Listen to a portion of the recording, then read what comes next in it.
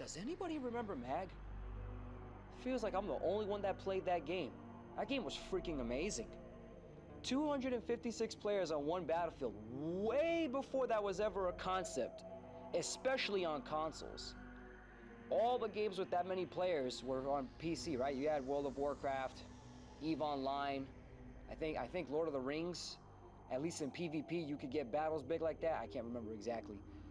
But, you know, Mag on PlayStation 3. This is PlayStation 3, people. 256 players. 3 factions, and then eventually they even made it that you could have 3-way battles. That's 3 teams of 96 people. That's freaking insane. And again, not to mention the fact that each faction, you know, it's 3 factions. Each faction was unique.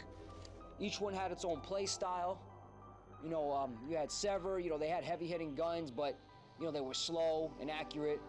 You had Valor. You know, they were kind of in the middle. You know, they had your traditional guns. You know, M4A1, Scar, MP5, stuff like that. Stuff that people were used to. I forgot to mention since I mentioned Sever, they had like AKs and stuff like that. AKs, PKPs. You know, heavy Russian guns. And then you had, you know, Raven. Raven, they were the ones that everything with them was sci-fi. All their guns were super accurate. Fast shooting, but really low damage. So I think they had like, they would use European guns. It was like the AUG. You had the AUG, you had the F2000. You know, German guns, French guns, stuff like that.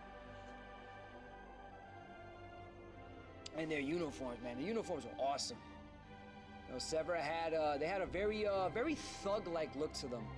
Kind of just whatever they found is what they wore. You know, nothing professional about it.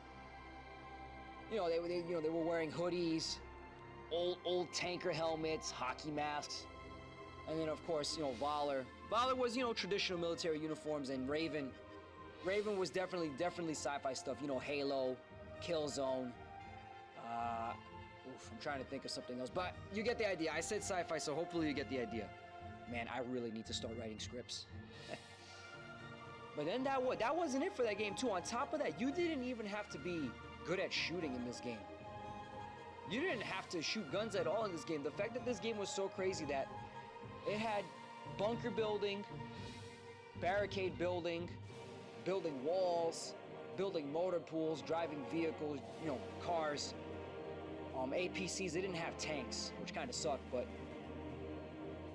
oh man, this game has so much. I'm running my mouth because there's just so much to talk about.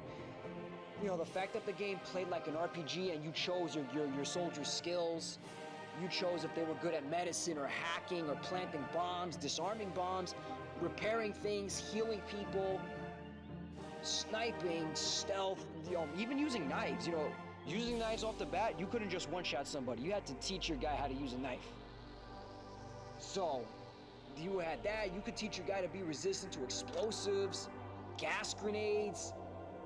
This game was crazy. And then you could choose what kind of armor they wore. And that was really something else. They had light, medium, heavy armor. And then, you know, they added more later. You know, they added enhanced light, medium, and heavy armor. And that changed it up, too. You know, you could run around really lightweight armor, submachine gun, shotgun. But oh man, you should have seen it when an enhanced heavyweight guy did that. You couldn't kill that guy. That guy was terrifying. If you saw one of those dudes running around. Granted, they couldn't carry much of anything. They just had the shotgun and maybe they had a healing tool. But they didn't need anything else. But that was just it. That's what made it amazing. You could wear heavy armor and just focus on killing, or you could wear really light armor and you could bring a rocket launcher with you. You could bring a healing tool with you. You could bring a repair tool with you. You know, an assault rifle, you know. So now you got this guy, that jack of all trades that can handle anything. You know, anything. You know, something breaks, they can fix it. Someone's down, they can pick them back up. They've got a really good gun to protect themselves. You know, me, what the hell did I do when I played the game?